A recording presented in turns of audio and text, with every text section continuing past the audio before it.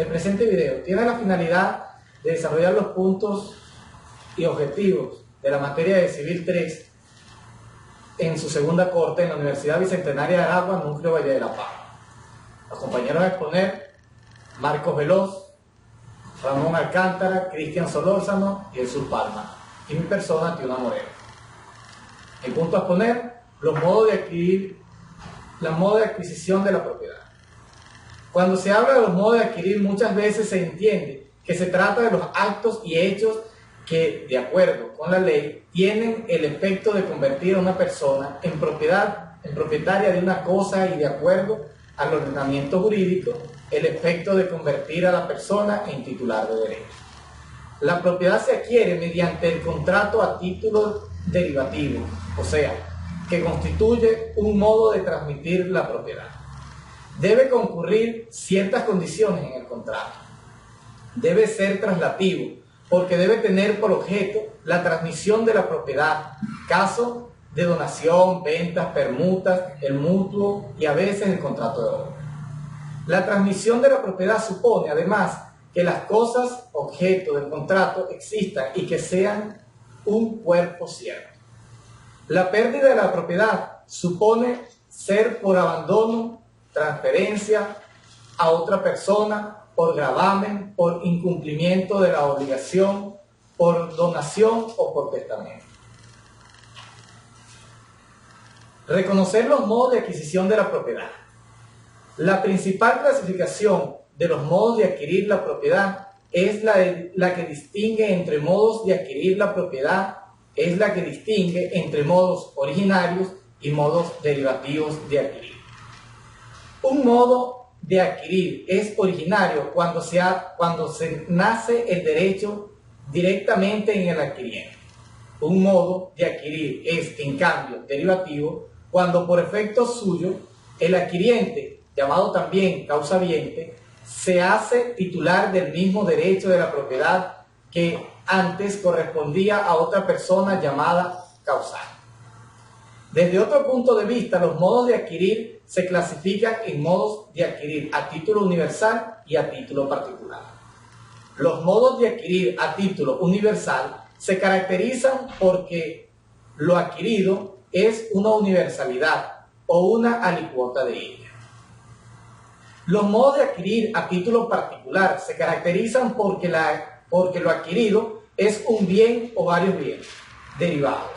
Ejemplo: el legado, la ocupación, los contratos. Cuando se distingue también entre modos de adquirir título gratuito y título oneroso. Estos últimos, la adquisición engendra para el adquiriente la obligación de pagar al causante una contraprestación, ejemplo, la venta. Mientras que en los primeros no se engendra tal obligación, ejemplo, la donación. También cabe distinguir entre modos de adquirir mortis causa y por actos entrevidos. En realidad se trata de una subclasificación de los modos de adquirir derivados según la adquisición tenga como presupuesto lógico la muerte del causante o no. Lo dejo con mi compañero Marcos Veloz. Continuando con el tema de adquisición y pérdida de la propiedad, tenemos que aclarar unos conceptos que son importantes dentro de la normativa del Código Civil venezolano. A saber, tenemos como primer concepto la sucesión, que viene de la palabra suceder y no es más que cuando una persona ocupa el lugar de otra. Dentro de las leyes venezolanas, nosotros tenemos que la sucesión ocurre cuando una persona adquiere un patrimonio o una propiedad a raíz de una persona viva o muerta. Así tenemos que hay varias clases de sucesión. Tenemos la sucesión hereditaria, tenemos la sucesión insensata, la sucesión forzosa y la sucesión universal. Otro concepto que es de importancia relevante es lo que se denomina el contrato. El contrato no es más que una convención desde el punto de vista jurídico entre dos o más partes, ¿verdad? O dos o más personas, donde se genera un vínculo jurídico. A saber, el contrato puede clasificarse de varias maneras, puede ser unilateral o bilateral, puede ser gratuito o oneroso y puede ser aleatorio o cumulativo. Dentro de los elementos del contrato debemos establecer y de reconocer lo que se conoce como la concesión de las partes, el objeto y la causa lícita. Dentro de la ley y dentro de todo lo que conocemos dentro del Código Civil, estos conceptos están tipificados dentro de los artículos 1133, artículo 794 y el artículo 1161. Así podemos establecer entonces que dentro de la transmisión de la propiedad en el derecho venezolano puede ocurrir de dos maneras o a través de dos conceptos, lo que se conoce como la forma contractual y la forma consensual. Hablamos de contractual, que es a través de un contrato, y hablamos de consensual cuando establecemos de manera en consenso entre las partes involucradas. Ahora bien, para nosotros determinar las causas de la pérdida de la propiedad, tenemos que reconocer que esta ocurre cuando una persona sale de lo que se conoce de una parte activa del patrimonio. Así tenemos que la forma de la pérdida de la propiedad puede ser a través de dos formas, actos voluntarios o actos involuntarios. Los actos voluntarios se reconocen cuando ocurre a través del abandono o a través de la enajenación.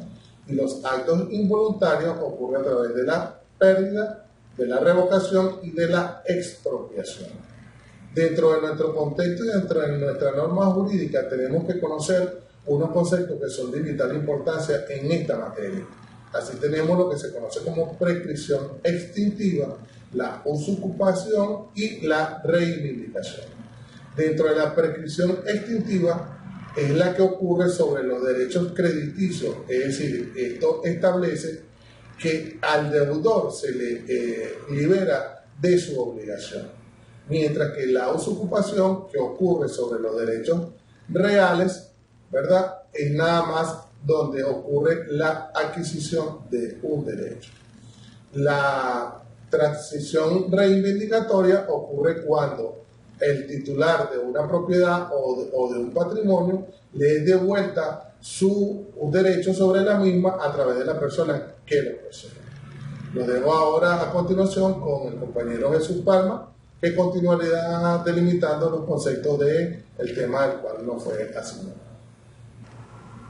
Buenas noches, mi nombre es Jesús Palma y yo les voy a hablar de lo que es la ocupación y determinar los requisitos para adquirir la ocupación. La ocupación propiamente dicha es el modo originario de adquirir, que consiste en tomar posesión de una cosa apropiable y sin dueño, con la intención de adquirir la propiedad. Determinar los requisitos para adquirir la ocupación. Para que exista un caso de verdadera ocupación, debe concurrir los siguientes supuestos o requisitos. En cuanto al objeto, es necesario a que la cosa sea apropiable, que la cosa no pertenezca a nadie, sea porque nunca haya tenido propietario o sea porque un dueño anterior la abandonó, que la cosa sea corporal, que la cosa no sea una universalidad.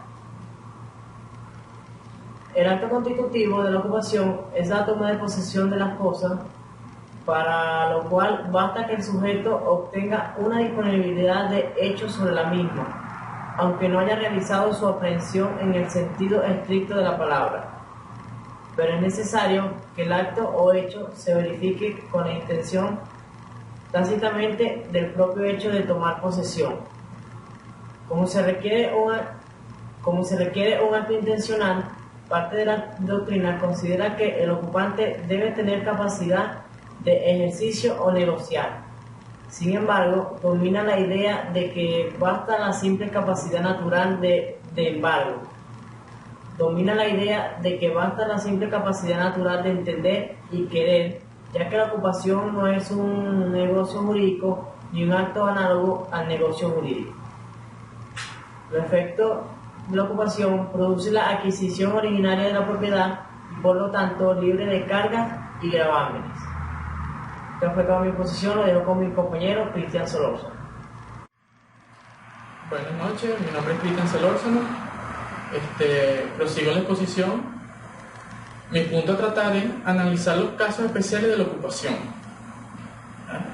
Son casos especiales de la ocupación propiamente dicha o de otras formas de adquirir legalmente asimilados a ella. La ocupación de animales, la invención o hallazgo y la ocupación de los productos del mar. Hablando un poco de lo que es la ocupación de animales. La ley regula la ocupación de animales que son objetos de caza y pesca, así como los que pasan de un fundo a otro. Respecto a los animales de la caza y de la pesca, el Código en su artículo 798 dispone que el ejercicio de estas actividades se rija por leyes especiales y que no se permita introducirse en un fundo ajeno, contra la prohibición de su poseedor o su propietario para el ejercicio de la caza. Las leyes especiales a las que se hace referencia en estas actividades. Debe observarse, sin embargo, que la propiedad del animal cazado o pescado pertenece al cazador o al pescador, aunque haya violado las leyes especiales que regulan estas actividades, caso en el cual puede estar sujeta a la pena de comicio, o aun cuando haya introducido indebidamente en un fundo ajeno para cazar, caso en el cual puede ser condenado a pagar los daños y perjuicios que eso causara. Respecto a los animales que pasan de un fundo a otro, existe una norma legal relativa a enjambres de abejas y a otros animales domésticos. Según el artículo 799 del Código Civil venezolano, en materia de los enjambres de abejas, se dispone que todo propietario de los mismos tendrá derecho de seguirlos en un fundo ajeno, pero con la obligación de reparar los perjuicios que ocasione al poseedor del fundo o al propietario del fundo. Invención o hallazgo. La ley regula los casos de hallazgo de tesoro y de cosas perdidas o abandonadas. Hallazgo de tesoro. En el artículo 800 del Código Civil venezolano se entiende por tesoro todo objeto mueble de valor que haya sido ocultado o enterrado y cuya propiedad nadie pueda justificar. De modo que es necesario que se trate de un objeto mueble, enterrado u ocultado, sea dentro de un inmueble cuya propiedad nadie pueda justificar. Principios generales y excepciones. La regla general es que el tesoro pertenece al propietario del inmueble o inmueble en donde se encuentre. Por excepción, si el tesoro se encontrare en un mueble o inmueble ajeno, por el solo efecto de la casualidad pertenecerá de por mitad al propietario del inmueble donde haya encontrado y al que lo hubiese hallado. Hallazgo de cosas perdidas o abandonadas en el extravío por las autoridades policiales, despojos del mar.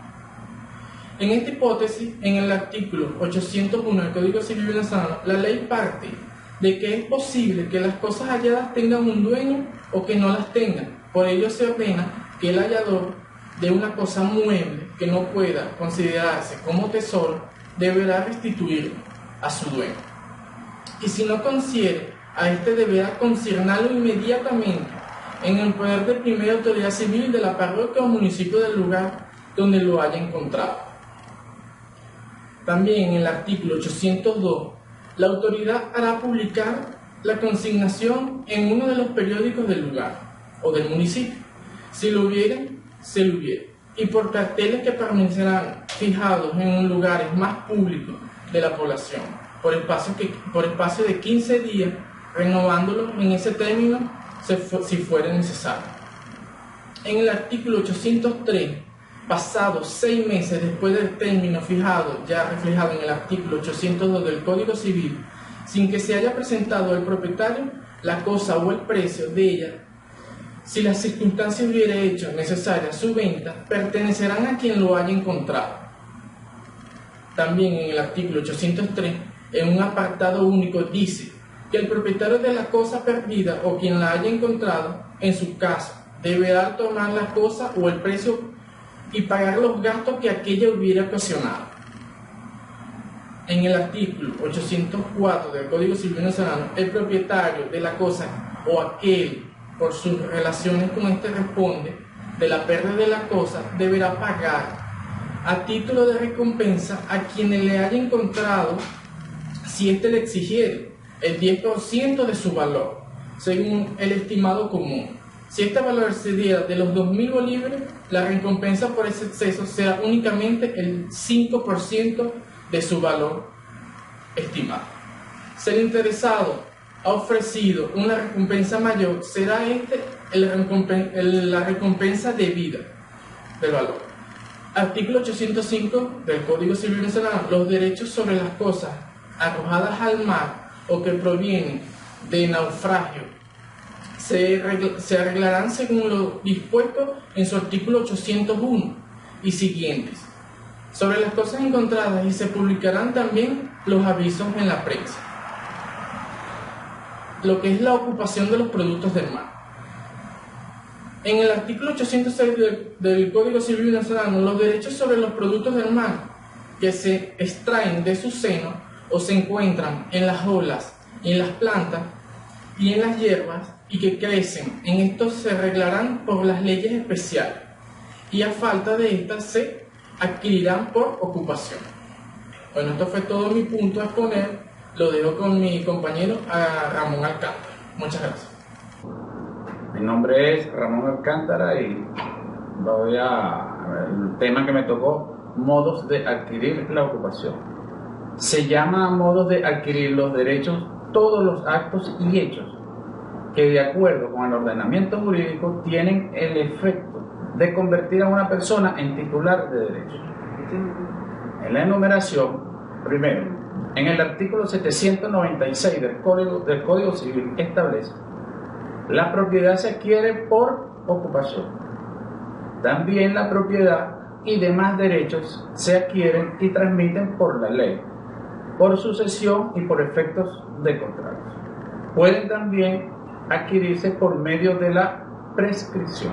Segundo, como se observa, la norma se refiere tanto a modos de adquirir la propiedad como a modos de adquirir y transmitir los demás derechos.